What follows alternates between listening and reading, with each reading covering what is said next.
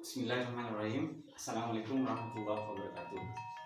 Kali ini saya akan menjelaskan tentang sejarah perbankan di Indonesia. Bagaimana anak-anakku sekalian? Saya harap Anda selalu sehat walafiat di rumah dan tetap terus jaga kesehatan supaya Anda terhindar dari wabah Corona 19 ini. Baik, langsung saja ke tujuan pembelajaran. Untuk kali ini materinya adalah tentang sejarah perbankan di Indonesia, di mana tujuan pembelajarannya adalah yang pertama supaya kita tahu tentang sistem moneter di Indonesia. Yang kedua, kita tahu asal mula kegiatan perbankan di Indonesia. Yang ketiga adalah tentang pengertian bank. Yang keempat adalah sejarah perbankan di Indonesia, kemudian diikuti dengan sejarah bank pemerintah. Dan yang terakhir tentunya nanti akan kita dapat menelaah bagaimana sih sejarah perbankan di Indonesia sebelum dan sesudah regulasi. Di dalam sistem moneter Indonesia ada 3 hal yang harus kalian tahu. Yang pertama adalah tentang otoritas moneter, yang kedua adalah lembaga keuangan, yang ketiga adalah tentang masyarakat. Di mana di dalam otoritas moneter ini itu terdiri dari bank sentral dan bank pemerintah. Untuk lembaga keuangan terdiri dari lembaga keuangan bank dan lembaga keuangan bukan bank. Yang terakhir adalah masyarakat yang terdiri dari rumah tangga dan produsen. Yang berikutnya, setelah sistem moneter di Indonesia, kita masuk ke materi pokok yang berikutnya, yaitu asal mula perbankan. Asal mula perbankan sebetulnya diawali dari zaman Babilonia hingga sampai nantinya ke Greek Temple di Yunani. Tapi saya akan coba jelaskan beberapa tahapan asal mula kegiatan perbankan secara global. Jadi di zaman Babilonia itu sifatnya hanya meminjamkan emas atau perak dengan tingkat suku bunga 20%. Setelah itu bergeser ke Yunani, kegiatan dan aktivitasnya adalah kegiatan tukar menukar mata uang berbagai negara. Kegiatan bank terhenti setelah jatuhnya Roma tahun 509 Masehi. Setelah dari Yunani bergeser lagi ke Romawi.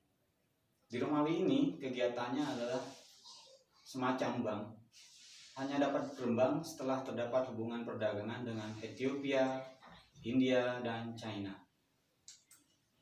Yang berikutnya, dari Romawi ini bergeser ke Timur Tengah dan Eropa. Dalam hal ini, kota Venesia jadi tujuan untuk aktivitas perbankan pada tahun 1171. Yang sifatnya hanya menghimpun dana bagi pembiayaan perang. Setelah di Timur Tengah dan Eropa memasuki abad ke-16, ada lagi kegiatan perbankan yang terdiri dari beberapa hal kalau kita simpulkan. Yang pertama adalah menerima titipan uang, logam, dan perak. Kemudian ada istilah dengan goldsmith notes yang artinya tanda terima penitipan, di mana tukang emas berani mengeluarkan nota-nota goldsmith notes ini. Dan yang terakhir dari abad ke-16 menuju ke negara Inggris. Nah, di negara Inggris inilah bank pertama berbentuk firma yang sifatnya dan kegiatannya adalah aktif mencari daerah perdagangan yang kemudian dijajah, maka perkembangan perbankan pun ikut terbawa ke daerah jajahannya. Jadi dari sejarah perbankan tadi kemudian timbul kata bank, di mana diadopsi dari bahasa Italia yaitu banca yang artinya meja. Jadi meja untuk apa? Meja untuk tempat penukaran uang. Di Indonesia ada sebuah regulasi yang dimasukkan dalam konstitusi atau perundang-undangan mengenai bank ini, yaitu di Undang-Undang Nomor 10 tahun 1998. Tepatnya pada tanggal 10 November tahun 1998 tentang perbankan. Yang dimaksud dengan bank adalah badan usaha yang menghimpun dana dari masyarakat dalam bentuk simpanan dan menyalurkannya kepada masyarakat dalam bentuk kredit dan atau bentuk-bentuk lainnya dalam rangka meningkatkan taraf hidup rakyat banyak. Sehingga bisa dikatakan atau kita simpulkan bahwa pengertian bank menurut Undang-Undang Nomor 10 tahun 1998 ini terdiri dari 3 poin utama, yaitu jasa lainnya, kedua adalah kredit, ketiga menghimpun dana yang berupa simpanan. Setelah asal mula perbankan, kemudian kata banka tadi, kita bergeser ke sejarah perbankan di Indonesia. Sejarah perbankan Indonesia tidak lepas dari zaman penjajahan kolonial Belanda. Jadi pada zaman kolonial Belanda atau VOC itu ada beberapa bank yang didirikan. Yang pertama adalah The Javase NV Bank, yang kedua The Postpac Bank, yang ketiga The Algemeen Volkskrediet Bank, yang keempat Nederland Handelsnetskip atau disingkat NHM, kemudian National Handels Bank, yang terakhir adalah The Eskomto Bank. Nah, pada zaman Hindia Belanda ini, karena negara Belanda adalah sifatnya menjajah, jadi bank ini hanya digunakan untuk beraktivitas tempat menukarkan uang, meminjam uang dari hasil-hasil jajahan Belanda di daerah-daerah seluruh Indonesia.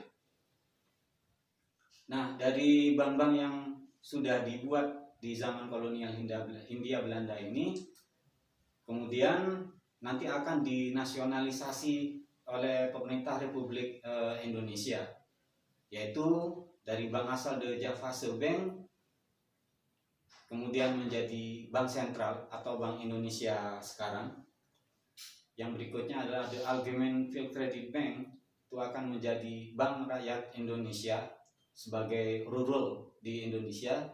Yang kedua pecah jadi Bank Ekspor Impor. Yang ketiga adalah Eskomto Bank, itu menjadi Bank Dagang Negara. Yang keempat National Handels Bank menjadi Bank Bumidaya. Itu beberapa di antaranya bank yang dibuat oleh kolonial Hindia Belanda, kemudian dinasionalisasi berdasarkan undang-undang sehingga menjadi bank yang ada sekarang.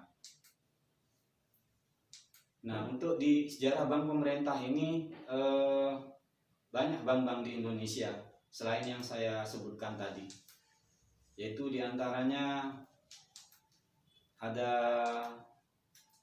Bank Bumidaya atau sekarang lebih dikenal dengan BPD. Kemudian ada Bapindo yang sudah pilot. Kemudian yang berikutnya Bank Pembangunan Daerah, di mana masing-masing daerah di seluruh Indonesia itu ada Bank Jatim, Bank Jabar, dan Bank DKI dan lain sebagainya. Kemudian Bank Tabungan Negara, dan yang terakhir itu adalah Bank Mandiri. Jadi itu sekilas tentang sejarah bank pemerintah. Kemudian setelah saya jelaskan, Anda nanti akan menyimak sebuah video yang saya ambil langsung dari kanal Bank Indonesia. Bagaimana sih asal mula perbankan sehingga menjadi seperti sekarang. Untuk bahan yang harus Anda amati, kemudian Anda akan mengerjakan tugas setelah Anda menyimak dari regulasi. Untuk kalian setelah mempelajari materi ini, nanti Anda bisa langsung mengakses bahan ajar yang sudah saya sediakan. Bisa diakses melalui aplikasi di Android, nanti saya bagikan ke Anda sekalian, dan Anda bisa akses melalui website di bahanajar.smgen1bws.sch.id. Kemudian ada beberapa lembar kerja untuk peserta didik yang bisa Anda coba kerjakan baik secara individu ataupun secara berkelompok. Bisa diakses melalui sites.google.com/perbanq. Itu saja dari saya. Mudah-mudahan Anda selalu sehat dan bisa mengerjakan semua tugas untuk di mata pelajaran ini dengan baik. Kurang lebihnya mohon maaf. Assalamualaikum warahmatullahi wabarakatuh.